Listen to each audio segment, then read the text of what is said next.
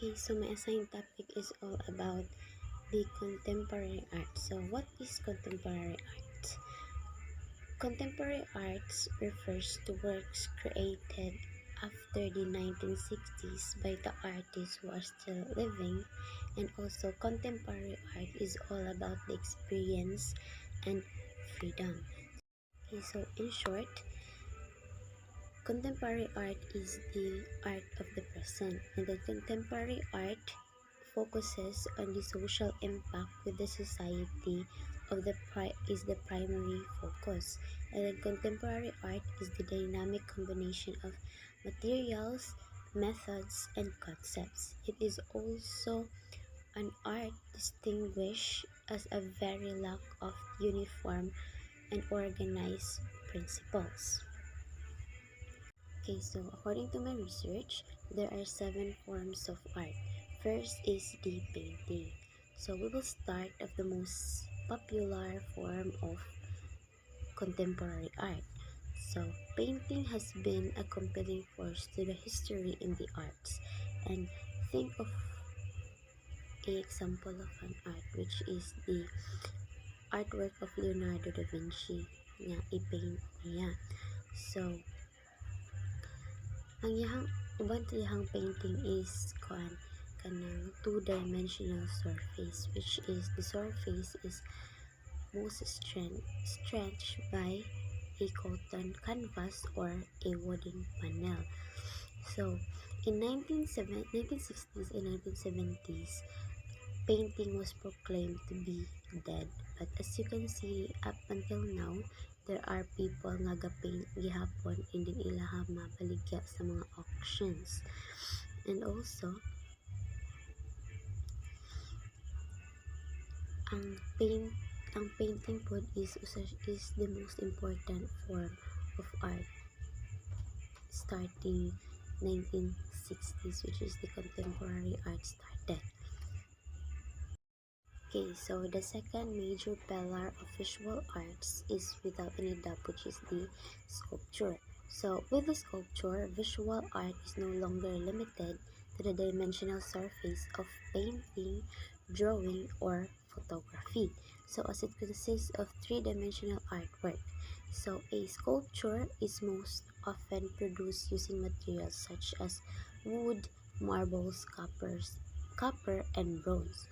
So even today, these materials are mostly used, but however, with the arrival of the new technologies, which is the 3D painting, the fiberglass, the steels, the epoxy, or the electric devices, ang sculpture is nawala na siya, dili na kayo siya wide o dili na kayo siya nga popular, but there are also artist nga gahimo gyapon ana. And then not only technological developments affect the use of materials, but the development of the art history. So medyo wala na gid kay gas sculpture dili sa ato. Ang mostly makita na nato is mga kuan na siya, printed na ang mga pictures. So, we briefly move away from the visual arts and take on literature as our third form of contemporary art. So, literature is an art form consists of the art of words or written works, like the poetry, prose, drama fiction, and or the non-fiction. So, the most common non-fiction genres are the letters, essay, diaries, and biographies. So, literature has been considered as a form of art for centuries. Like example, the artist Dante or the Divine Comedy. Throughout history, one is able to identify the same art movement of visual arts and literature, like the realism, romanticism, or the minimalism. So fourth one is the architecture.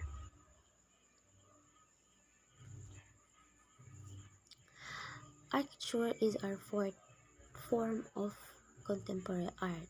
Architecture has always had very clear and strong connection with art because architecture is not only a practice of constructing buildings and structures, but it has a very strong cultural, aesthetic, and even ideological purpose.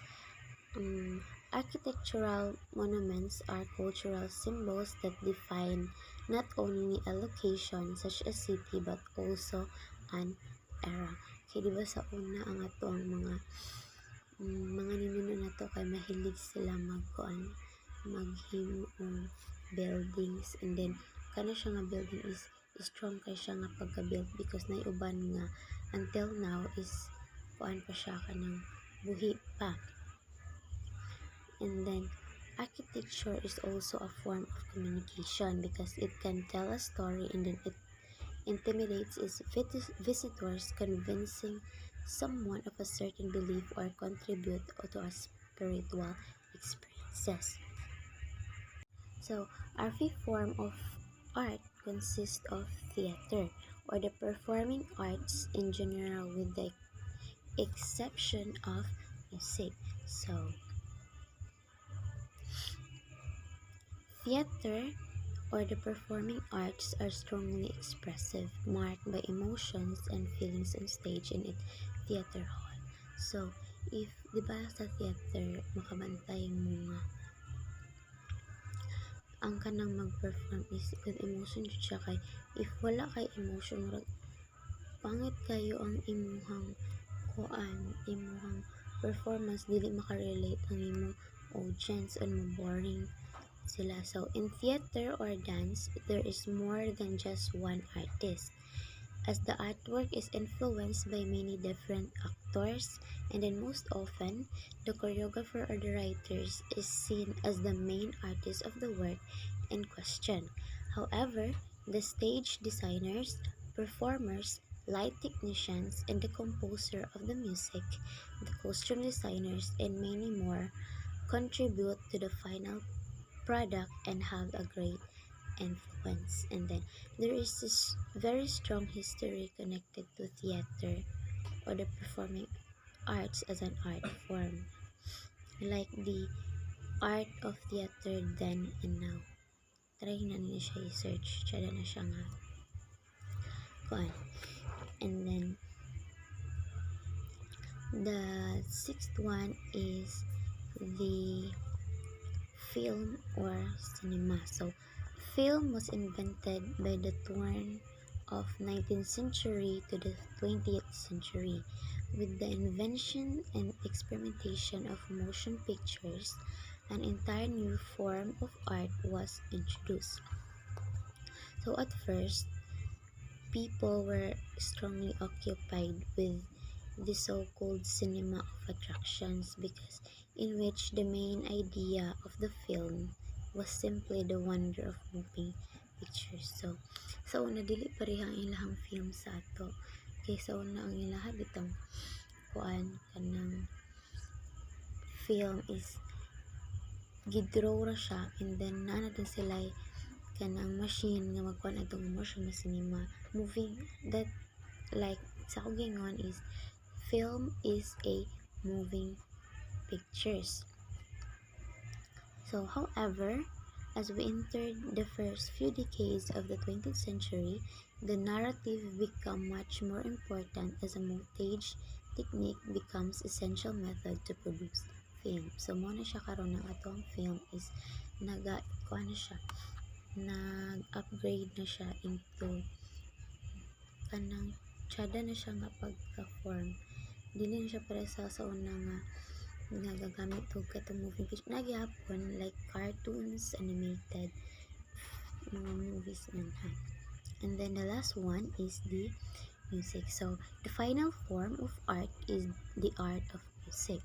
With music, the art is not object, nor can it be visually experienced. The art itself is in the arrangement of sound in the time, and then as with theater, music needs a performance, and as a result, it is only temporary and volatile. So, music is one of the most expensive forms of art and has a very direct impact.